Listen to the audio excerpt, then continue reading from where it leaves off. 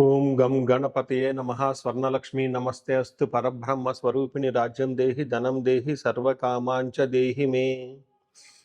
గణపతి మనందరికీ మంచి బుద్ధిని సిద్ధిని సక్సెస్ని ఇవ్వాలని చెప్పేసి కోరుకుంటూ, స్వర్ణలక్ష్మి అమ్మవారు మన అందరికీ చక్కగా బ్రహ్మ జ్ఞానాన్ని కలిగించాలని, తద్వారా మనం ప్రతిదాన్ని శోభాయమానంగా చూస్తూ ఎప్పుడు మనకి దుఃఖం అనేది లేకుండా ఉండాలని చెప్పేసి, ఇప్పుడు ఆనందభరితంగా ఉండాలని చెప్పేసి అమ్మవారిని కోరుకుంటూ, అమ్మవారిని అలానే మనందరికీ చక్కగా సమృద్ధిగా ధనాన్ని ఇవ్వాలని చెప్పేసి, భాగ్యాన్ని ఇవ్వాలని చెప్పేసి కోరుకుంటూ, అంతేకాకుండా మనందరికీ రాజ్యం ఖచ్చితంగా ఒక అథారిటీ, పవరు, స్టేటస్, ఒక దర్పం అవన్నీ మనకు అమ్మవారు ఇవ్వాలని చెప్పేసి కోరుకుంటూ, వీటితో పాటుగా సర్వకామార్థ సిద్ధి, మన మనసులో అనుకున్న ముఖ్యమైన కోరికలన్నీ చక్కగా నెరవేరాలని చెప్పేసి అమ్మవారిని మనం కోరుకుందాం.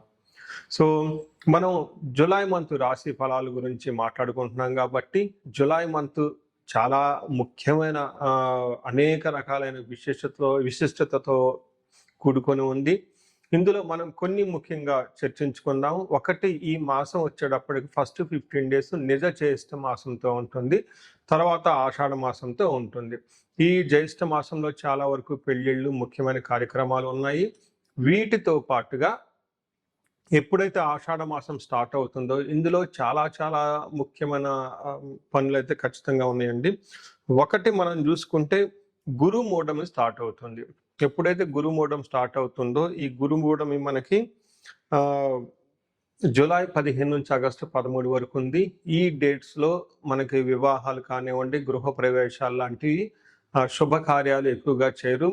అది ఒకసారి గమనించవలసిందిగా కోరుతున్నాను. వీటితో పాటుగా మనకి ఇంకొక ముఖ్యమైనది ఏమవుతుందంటే, మనకి దక్షిణాయనం స్టార్ట్ అవుతుంది 17వ తారీఖు నుంచి. అక్కడ నుంచి ఇప్పటిదాకా ఉన్న ఉత్తరాయణం కంప్లీట్ అయిపోయి దక్షిణాయనం స్టార్ట్ అవుతుందని గమనించాలి. తర్వాత 25వ తారీఖున మనకి తొలేకాదశి స్టార్ట్ అవుతుంది. దానికి ముందుగా చాతుర్మాస వ్రతం అని చెప్పేసి 4 మాసాలు ముఖ్యమైన మాసాలుగా చాతుర్మాస వ్రతం కూడా ఇందులోనే స్టార్ట్ అవుతుంది. ఇంకొకటి లాస్ట్ అండ్ ఫోర్మోస్ట్ ఇంపార్టెంట్, ఈ నెల 26వ తారీఖు నుంచి ఈ 14వ తారీఖు నుంచి 22వ తారీఖు వరకు మనకి చైత్ర మనకి ఆషాఢ నవరాత్రులు అని చెప్తారు. వీటిని ఏమంటారు? గుప్త నవరాత్రులు అంటారు, లేకుంటే వారాహి నవరాత్రులు అని చెప్పేసి చేస్తూ అంటారు. ఈ నవరాత్రులు కూడా ఎంతో విశిష్టత కలిగి ఉంది. పర్సనల్గా ఈ 9 రోజులు నేను కూడా చక్కగా సింపుల్గా చేస్తాను, పెద్ద పెద్ద హడావుడిగా చేయకుండా. ఇలా చేసుకునే వాళ్ళందరికీ ఎంతో బాగా ఉపయోగకరంగా ఉంటుంది. లాస్ట్లో ఈ మంత్ మనకి గురు పూర్ణిమతో ఈ మాసం అనేది పూర్తి అవుతుంది. ఇన్ని రకాల విశిష్టత కలిగిన ఈ మాసంలో జ్యోతిష శాస్త్రం ప్రకారంగా కూడాను 3 ముఖ్యమైన గ్రహాలు మారుతూ ఉన్నాయన్నమాట. ఆ గ్రహాలు మనం ఏంటో చూసుకుంటే, జూలైలో 4వ తారీఖు, 7వ తారీఖు, 16వ తారీఖు, 21వ తారీఖు, ఇలా జూన్ అంటే 3 గ్రహాలు మారుతున్నాయి. ఈ మారే గ్రహాల్లో శుక్రుడు, బుధుడు, సూర్యుడు గ్రహాలు కూడా ఉన్నాయి. 4వ తారీఖు వచ్చేటప్పటికి శుక్రుడు, బుధుడు వచ్చి 7వ తారీఖు, 16వ తారీఖు సూర్య భగవానుడు మారుతూ ఉన్నారనమాట. ఈ యొక్క 3 గ్రహాల యొక్క ప్రభావం మనకి జూలై మంత్లో ఎలా ఉండబోతుందో మనం తెలుసుకుందాం. సో మనం కన్యరాశి ఫలితాలు చూసుకుంటే మిక్స్డ్గా ఉందని మనం చెప్పుకోవచ్చు. మనం జనరల్గా 4 గ్రహాలు మంత్లీ మారుతూ ఉంటాయి. అవి సూర్యుడు, కుజుడు, బుధుడు, శుక్రుడు. ఈ 4 గ్రహాలు దాదాపు నెలకు ఒకసారి మారుతూ ఉంటుంది. కుజుడు మాత్రం 45 డేస్కి మారుతూ ఉంటాడు. మనం ఎప్పుడైతే మంత్లీ ఫలాలు చెప్పుకుంటూ ఉంటాం, ఈ 4 గ్రహాల యొక్క ప్రభావాన్ని మనం మనసులో పెట్టుకొని చెప్పడం జరుగుతూ ఉంటుంది. అందులో భాగంగా 4 గ్రహాలు చూసుకుంటే 2 గ్రహాలు చాలా అనుకూలంగా ఉంది ఈ రాశి వాళ్ళకి, 2 గ్రహాలు మాత్రం మిక్స్డ్గా ఉంది. అంటే టోటల్గా ఒక 70% బాగుంది, కానీ ఒక 30% కొంచెం ప్రాబ్లమాటిక్గా ఉందని గమనించుకోవాలి. మనం విషయాలు డీటెయిల్గా కనుక చూసుకుంటే, కన్యరాశిలో ఇందులో పాదాలు ఉత్తర 2, 3, 4 పాదాలు, హస్త 1, 2, 3, 4 పాదాలు, చిత్త 1, 2 పాదాలు అంతా ఈ రాశిలో ఉంటారు. పేరు బలం బట్టి మనం చూసుకుంటే టో, పా, పీ, పూ, పో, ఠా, నా, పే, పో అన్న లెటర్స్ అంతా కూడా ఈ రాశిలో ఉంటారని గమనించాలి.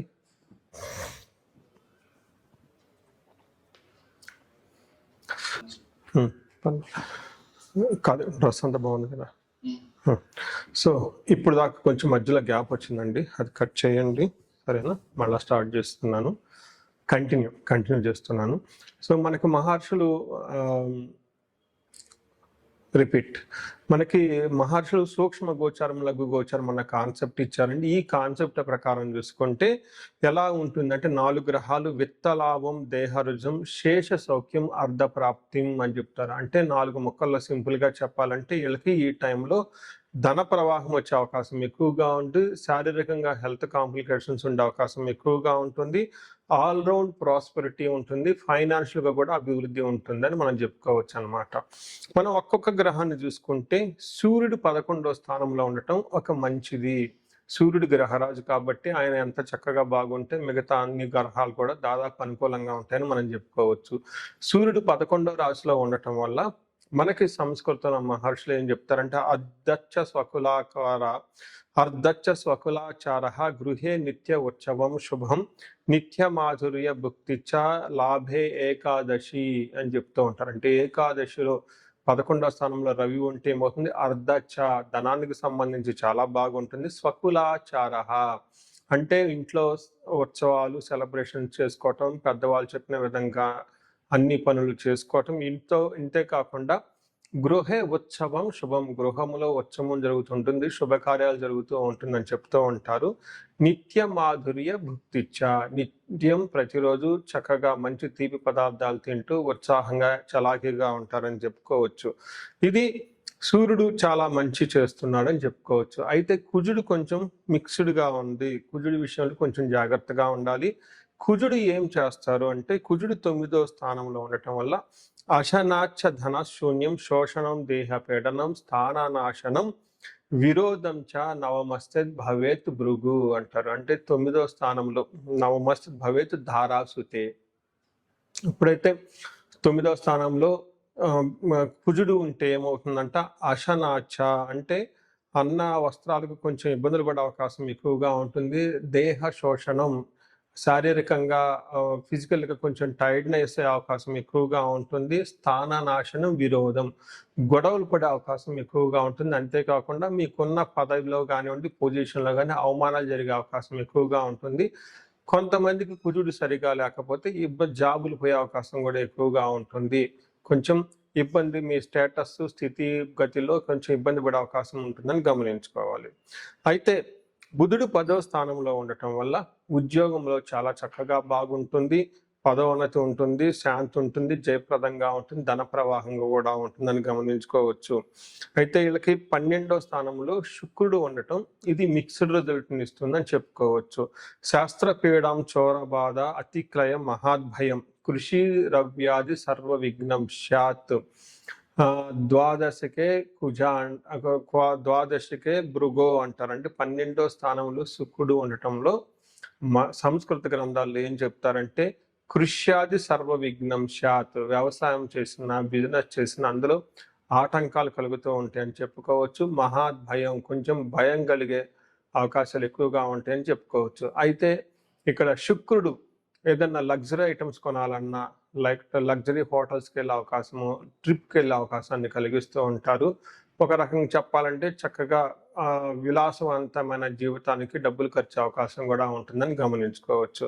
సో చూశారు కదండి, ఈ రాశి వాళ్ళకి కొంచెం మిక్స్డ్గా ఉంది అని మీరు గమనించుకోవాలి. కొన్ని విషయాల్లో బాగుంది కూడాను, ఎక్కడెక్కడ కొంచెం ప్రతికూలంగా ఉందో ఆ విషయాల్లో కొంచెం మీరు ఆలోచించుకొని నిదానంగా డెసిషన్ తీసుకుంటే చాలా బాగుంటుంది. నెక్స్ట్ మనకి నక్షత్రాల ప్రకారం కూడా చూసుకుంటూ ఉంటాం. నక్షత్రాల ప్రకారం చూసుకుంటే ఉత్తర ఫాల్గుని, హస్త, చిత్త నక్షత్రాలు ఉంటాయి. ఉత్తర ఫాల్గుని నక్షత్రం వాళ్ళకి లాభప్రదంగా ఉంటుంది. పరవాసము, ఫారిన్లో ఉండే అవకాశం ఎక్కువగా ఉంటుంది. వీళ్ళకి అతి భయము, నాశనము, అనుకున్న పనులు ఏదో కాకుండా ఇబ్బంది పడిపోయే అవకాశం ఉంటుంది. తర్వాత అతిగా భయపడే అవకాశం కూడా ఉంటుంది.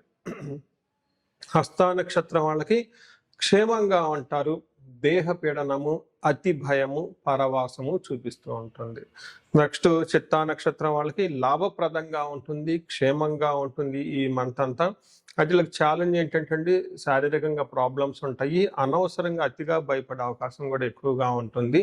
సో ఇది మీరు అతి భయము, ఓకే, కుజుని వల్ల భయపడే పరిస్థితులు ఉంటాయని గమనించుకోవాలి. ఇంతే కాకుండా వీళ్ళకి హస్త నక్షత్రం వాళ్ళు పర్టికులర్గా పూర్వకాలంలో పశునాశనం అంటారు. ఎవరైనా అగ్రికల్చరల్ ఇలాంటి ఎవరైనా ఉంటే వాళ్ళకి పశువులకు కొంచెం ప్రాబ్లం వచ్చే అవకాశం ఉంటుంది. ఇన్ కేస్ సిటీలోను ఎన్ఆర్ఐలు ఉంటే వాళ్ళకి ఉద్యోగాల మీద ఎక్కువ ఉంటారు కాబట్టి వాళ్ళకి సపోర్ట్ రిసోర్సెస్ ఏమైనా ఉంటే అవి సపోర్ట్ లేకుండా ఇబ్బంది పడే అవకాశం ఎక్కువ ఉంటుందని గమనించుకోవాలి.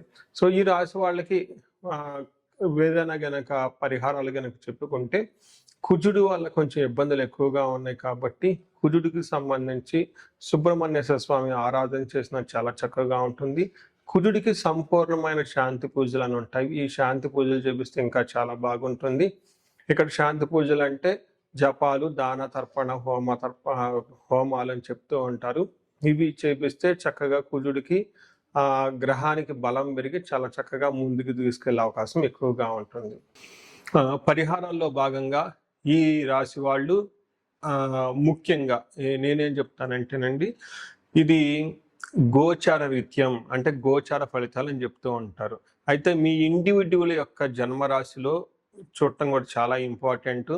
ఈ గోచార రీత్యాలతో పాటు మీకు ఇండివిడ్యువల్గా ఉన్న దశాభుక్తి ఏంటి, ఏమైనా శాపాలు ఉన్నాయి, ఏమైనా గ్రహ దోషాలు ఉన్నాయో జ్యోతిష శాస్త్రంలో ప్రకారం ఎనాలిసిస్ చేసుకోవడం చాలా ఇంపార్టెంట్. ముఖ్యంగా ఎవరికైతే ఏజ్ 40 years ±5 years ఉంటుంది, అంటే 35 to 45 years ఏజ్ ఉండి మధ్యలో మీకు ఎక్కడైనా కనుక కెరీర్లో గ్యాప్ వచ్చినా, లేదంటే అనుకున్న పనులు కాకపోతున్నా, మధ్యలో స్టాగ్నేటెడ్గా అనిపించినా, లేదంటే ఏదైనా ఒక గందరగోళమైన పరిస్థితి, కయోటిక్ పరిస్థితుల్లో మీరు ఇన్వాల్వ్ అయ్యారు, తెలవకుండా అవుట్ ఆఫ్ యువర్ కంట్రోల్ వెళ్తూ ఉంది అనుకుంటే ఖచ్చితంగా మీ జన్మ జాతకం చూపించుకోవడం చాలా చాలా ఇంపార్టెంట్. ఎందుకు అంటే మనకు మోడర్న్ సైకాలజీలో, మోడర్న్ సైన్స్లో ఇది మిడ్ లైఫ్ క్రైసిస్ అంటారు. కానీ జ్యోతిష శాస్త్రం దీనికి చాలా విధాలైన పరిష్కారాలను చూపిస్తుంది. ఈ టైంలో 2 ముఖ్యమైన విషయాలు జరుగుతూ ఉంటుంది. అలా మీ గ్రోత్ కనుక ఆగిపోయి ఉంటే, ఫస్ట్ మీకేమైనా శాపాలు ఉన్నాయా, ఆ శాపాలు ఈ టైంలో యాక్టివేట్ అయ్యా అనేది చూసుకోవాలి. రెండోది, ఈ టైంలో మీకు నడుస్తున్న దశాభుక్తుల యొక్క గ్రహాల యొక్క ఏమైనా దోషాలు ఉన్నాయా, ఈ 2 కారణాలు ఏంటో తెలుసుకొని వాటికి సంబంధించిన విశ్లేషణ చేసుకొని చక్కటి పరిష్కారాలు చేసుకొని పరిహారాలు చేసుకుంటే లైఫ్ 10 అంతలు ముందుకెళ్ళే అవకాశం ఎక్కువగా ఉంటుంది. నా దగ్గరకు వచ్చే క్లయింట్స్లో ఎక్కువగా ధనానికి ఇబ్బంది పడుతున్న వాళ్ళు స్వర్ణలక్ష్మి విశేష హోమం చేయించుకుంటూ ఉంటారు. శత్రు బాధలు విపరీతంగా ఉన్న వాళ్ళు మనకు వచ్చేటప్పుడు చండీ హోమం చేయించుకుంటూ ఉంటారు. వీటితో పాటుగా ఎవరికైనా హెల్త్ బాగలేకపోతుంటే ఆయుష్ సూక్త్యం, మహామృత్యుంజయ హోమం చేయించుకుంటూ ఉంటారు. భార్యాభర్తల కోసం అన్యోన్య దాంపత్య పాశుపత అభిషేకము లేదా విశ్వావసు గంధర్వరాజ హోమము ఇవన్నీ చక్కగా చేయించుకుంటూ ఉంటారు. ఎలాంటి పరిస్థితులు మీకున్నా, ఎలాంటి సమస్యలు మీకున్నా, లేదంటే ఎలాంటి క్లారిఫికేషన్ మీకు కావాలనుకున్నా కానీ, ఫ్యూచర్ గురించి ప్లాన్స్లో కన్ఫ్యూజన్ ఉన్నా కానీ ఒక్కసారి మీ జన్మ జాతకం చూపించుకొని ఆ జాతకంలో ఏ ప్రకారంగా ఉందని తెలుసుకొని చక్కటి పరిష్కారాలు చేసుకుంటే లైఫ్ అనేది 10 అంతలు ముందుకెళ్ళే అవకాశం ఉంటుంది. మీ అందరికి అష్టైశ్వర్యాలు కలగాలని, భోగభాగ్యాలు కలగాలని చెప్పేసి నేను కోరుకుంటున్నాను. నమస్తే.